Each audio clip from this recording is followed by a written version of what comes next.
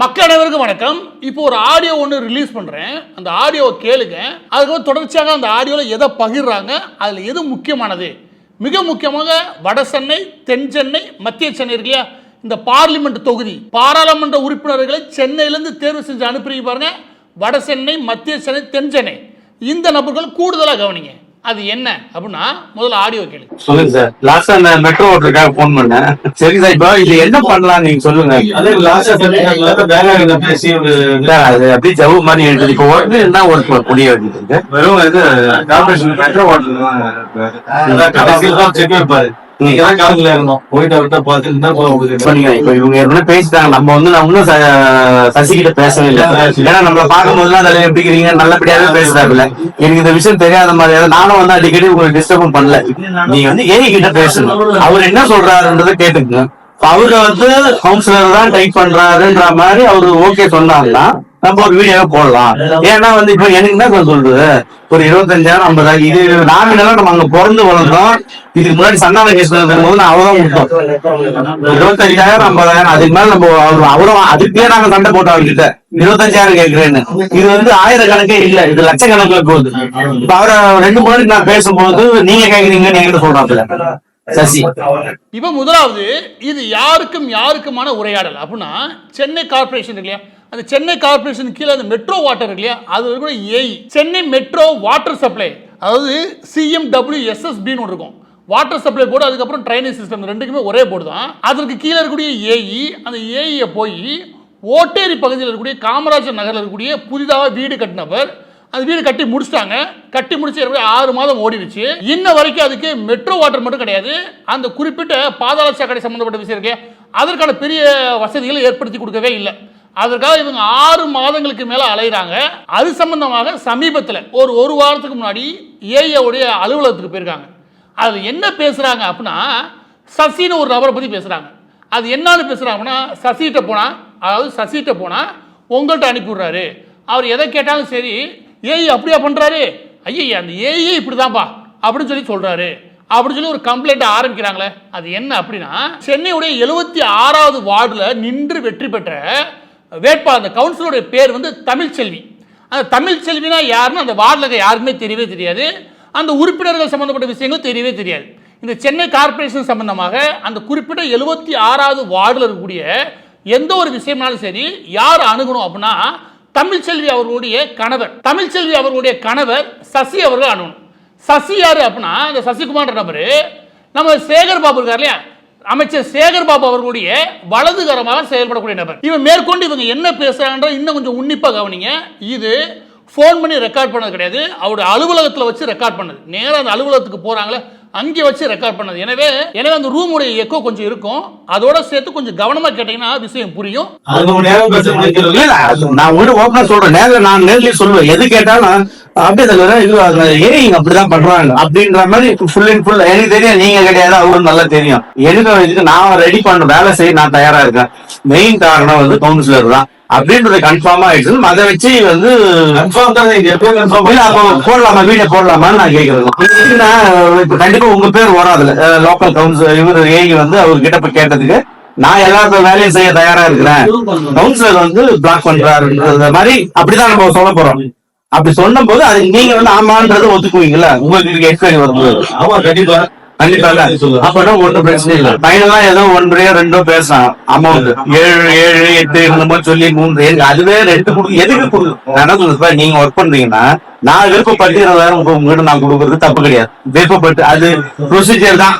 இதுக்கப்புறம் நம்ம இதெல்லாம் காசை கொடுக்காம வந்து பெருசா எல்லாம் பேசினா அது வேலைக்காக. அது வந்து ஒரு நியாயமா ஒரு நாமினலா இருக்கு. லட்சக்கணக்கில் கேட்கறது என்ன நியாயம் இருக்கு? இந்த ஆடியோட இந்த பக்கத்துல அவர் ஒரு விஷயத்தை தெளிவுபடுத்தாரு. என்ன அப்படின்னா நாங்க இங்கேயே பிறந்து இங்கேயே வளர்ந்தாளுங்க. அதுக்கு முன்பு இருந்த எம்பி யாரு, அதுக்கு முன்பு இந்த கவுன்சிலர் யாரு, அவங்களாம் எவ்வளவு லஞ்சம் கேட்டுருந்தாங்க, அது எப்படி கொடுத்தவங்க. அப்பெல்லாம் 1000 2000 இருந்துச்சு. அதிகபட்சம் 10,000 நாங்க பெரிய அளவு சண்டை போடுவோம். ஆனா நீங்க இப்ப 1000 2000 போல லட்சக்கணக்கில் போயிட்டீங்க. அது எதற்காக லட்சக்கணக்கில் இந்த கவுன்சிலர் லஞ்சமா கேட்கிறாருன்னு கேளுங்க. அது என்ன அப்படின்னா சென்னையோட எந்த பகுதியிலுமே இதான் நிலவரம். எங்கே நீங்கள் வீடு கட்டினாலும் சரி இந்த கவுன்சிலர் இருக்கால அவன் வந்து நின்றுவான்.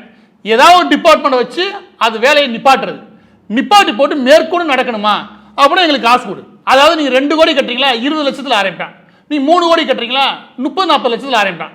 இல்ல ஒரு 1 கோடி 1.5 கோடி கட்டுறியா அவ 10 லட்சம் 15 லட்சம் தான் ஆரம்பிப்பான். இந்த மாதிரி கண்மூடித்தனமா கேட்கறது 10ல இருந்து 15% கேட்க வேண்டியது. அப்படி ஓட்டேரி பகுதியில் கட்டி முடிக்கப்பட்ட வீடுல மேற்கொண்ட விஷயங்கள் நடக்கக்கூடாதுன்னு தடுத்து நிறுத்தி அதுல மெட்ரோ வாட்டர் கனெக்ஷன் ஆரம்பிச்சு அதுல பாதாள சாக்கடை வரைக்கும் கிடைக்கூடாதுன்னு தடுத்து கடைசியாக நம்மகிட்ட வருவாங்க அப்போ கறந்துக்கலாம் அப்படின்ற முடிவோட இவங்க டிபார்ட்மெண்ட் கண்ட்ரோலில் வச்சுக்கிட்டு இவங்க ஆடுற ஆட்டம். அதில் இவங்க கேட்ட தொகை எவ்வளோ அப்படின்னா 8 லட்சம் ரூபாய். எவ்வளவு 8 லட்சம் ரூபாய் முதலாவது கேட்குறானுங்க.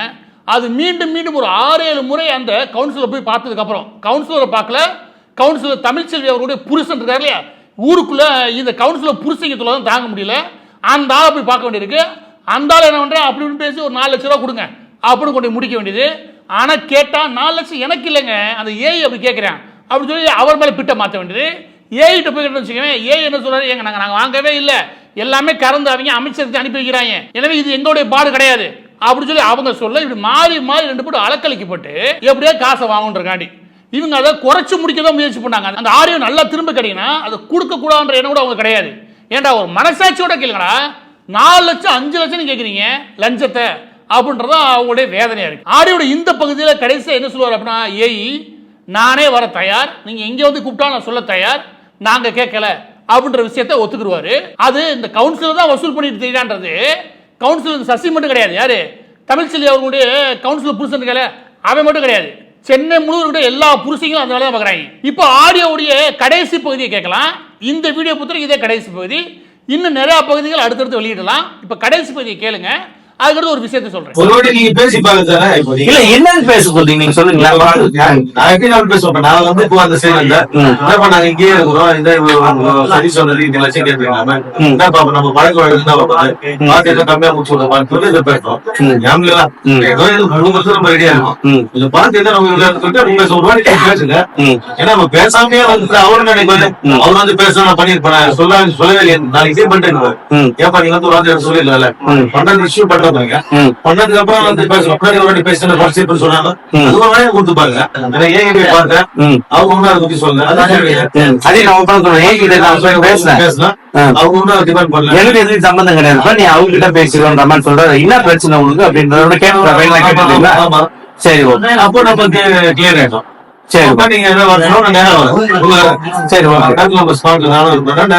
லோக்கல்ல எழுத்தீங்கன்னா உள்ள வந்துருவாரு ஏன்னா இதை வட்டம் கடைசி பகுதியில் ஏஐ அவர்கள் என்ன கேட்டுக்கிறாங்க அப்படின்னா கடைசியா ஒரு முறை நீங்க கவுன்சிலர்கிட்ட பேசி பாருங்க. ஏன்னா ஒரு ஏரியா வேற சொல்லிருக்கலாமே அப்படி ஆமே இப்படி ஆமேன்னு ஏதாவது உதாரணம் விடுவானுங்க ஏன்னா போய் கேட்டு பாருங்க அப்படின்னு சொல்லி முடிக்கிறாரு.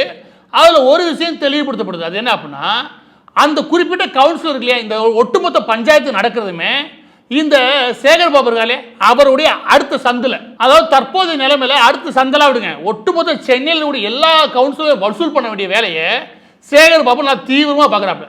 எந்த பகுதியில் நீங்க ஒரு செவரை எழுப்பினாலும் சரி அந்த பகுதியில் ஒரு வசூல் பண்ணா விடுறது இல்லை. அந்த வசூல் பண்ணா விடுறதுன்றது எந்த லெவல்ல இருக்கு அப்படின்னா நீங்க சராசரி மக்கள் இல்ல சாதாரண குடிமக்கள் அல்ல பெரிய பெரிய அதிகாரி இதெல்லாம் கிடையாது. நீ திமுக காரணம் இருந்தாலுமே உடனே வசூல் பண்ணுவாங்க. அதுக்கு ஒரு எடுத்துக்காட்டு சொன்னாதான் ஏன் இந்த வீடியோ போட வேண்டிய நிலைமைக்கு அவங்க தள்ளப்பட்டாலும் தெரியும். அது என்ன அப்படின்னா இதே ஓட்டேரி பகுதி பக்கத்தில் கூடிய திருவிக்கா நகர் அந்த திருவிக்கா நகர்ல தான் நம்ம சேகர் பாபு வந்து போயிருக்காப்புல. அவர் வீடு இந்த ஏரியா இருக்குது. அந்த திருவிக்கா நகர்ல திமுகவுடைய அதாவது பரம்பரை திமுக இருந்த மனோஜ்னு ஒரு நபர் நான் அட்ரஸே சொல்றேன் நம்பர் 6 திருவிக்கா நகர் மனோஜ் அவர்கள். அந்த மனோஜ்ன்ற குடும்பமே திமுகவுக்கு பரம்பரையா ஓட்டு போட்டு அந்த மனோஜ் நபரு அவரோட அப்பா எல்லாரும் திமுகவுக்கு பரம்பரையா ஓட்டு போட்டவங்க மட்டும் கிடையாது. அந்த கட்சிக்காகவே உழைச்சவங்க அந்த கட்சிக்காகவே செலவு பண்ணவங்க. அவங்க வீட்டில் ஃபர்ஸ்ட் ஃப்ளோரோட நிப்பாட்டாங்க. நிப்பாட்டி போட்டுட்டு லஞ்சம் கேட்குறாங்க. எவ்வளவு 8 லட்சம் இருந்து 10 லட்ச ரூபா தான். டேய் எல்லாம் ஒரு கட்சிக்காரன்டா அப்படின்னு கேட்டதுக்கு அப்பயா அப்ப 4 லட்சம் கொடு. எப்படி திமுக காரன் இல்லையா அதனால ஆஃபர் எப்படி 50% குறைச்சிட்டாங்க 4 லட்சம் கொடு. டேய் 4 லட்சம் கேட்டீங்க அவரு எங்கெங்கயோ சுத்த யாரையும் அமைச்சரை பார்க்க எங்கெங்கயோ போயிட்டதுக்கு அப்புறம் லாஸ்ட்ல சேகர் பாபு பாருங்க விடிவு கிடைக்கிட்டாங்க.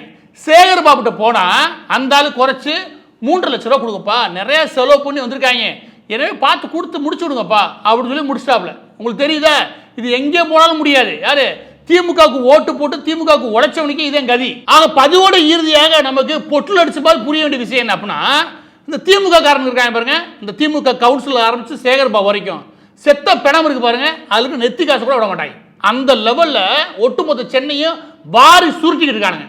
ஆனா கொஞ்சம் கூட கூச்சமே இல்லாம MLA election, MP election, councillor election அவனுக்கு ஓட்டு போடுங்க பாருங்க.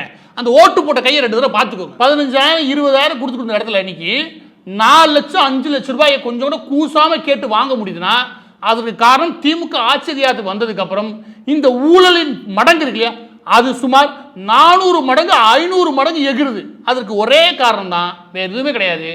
எல்லா அமைச்சர்களும் கொள்ளையடிச்சுக்க விட்டுருப்பாரு கருணாநிதி. எல்லாரும் கொள்ளையடிச்சுக்கோ, வருஷத்துக்கு ஒரு அமௌண்ட்டை கப்பமா கட்டிடு, முடிஞ்சு போச்சு, இவ்வளவுதான். ஆனா ஸ்டாலின் கவர்மெண்ட் வித்தியாசமானது. யாரு? கருணாநிதி அவர்களுடைய மகன் ஸ்டாலின் கவர்மெண்ட் இருக்கு, இது வித்தியாசமானது. எல்லா கொலையும் நானே அடிச்சுக்கிறேன் அப்படி அடிச்சுட்டு கொஞ்சோண்டு காசை எல்லா அமைச்சரும் தூக்கி போடுறாங்க, எம்எல்ஏக்கு கொஞ்சம் போடுறாங்க. அதனால அவனுக்கு பசி அடங்க மாட்டேது. அதனால அவங்களுக்கு பசி அடங்கலை. யாருக்கு? திமுக எம்எல்ஏவுக்கும் அமைச்சருக்கும் பசி அடங்கவே இல்லை. தங்களால என்ன முடியுமோ வச்சுட்டு எல்லா போட்டு கொள்ளையடிக்கிறாங்க. அப்படி கொள்ளையடிக்க போய் தான் இந்த ஊழல் உச்சகட்டத்தை எட்டியிருக்கு. எப்படி? சேகர் பாபுக்கு கீழே இந்த சென்னை மாநகராட்சி முழுவதுமாக கட்டிடங்கள் கட்டுறது மட்டும் கிடையாது, எல்லா விதமான பணிகளுக்குமே 400 இருந்து 500 மடங்கு இந்த ஊழல் தொகை இருக்கு, அது அதிகரிச்சிருக்கு. ஒட்டுமொத்த சென்னையுமே இந்த அட்டை உடம்புல ஒட்டுச்சுனா இருக்கும். ஒரு அட்டை ஒட்டுனாலே ரத்தத்தை உரியும். உடம்பு ஃபுல்லா 100 அட்டை பூச்சி ஒட்டி ரத்தத்தை உரிச்சுட்டே அப்படிதான் சென்னையுடைய உடல் முழுவதுமாக 200க்கும் மேற்பட்ட திமுக கவுன்சிலர் உட்காந்து அந்த ரத்தத்தை உறிஞ்சிட்டு இருக்காங்க.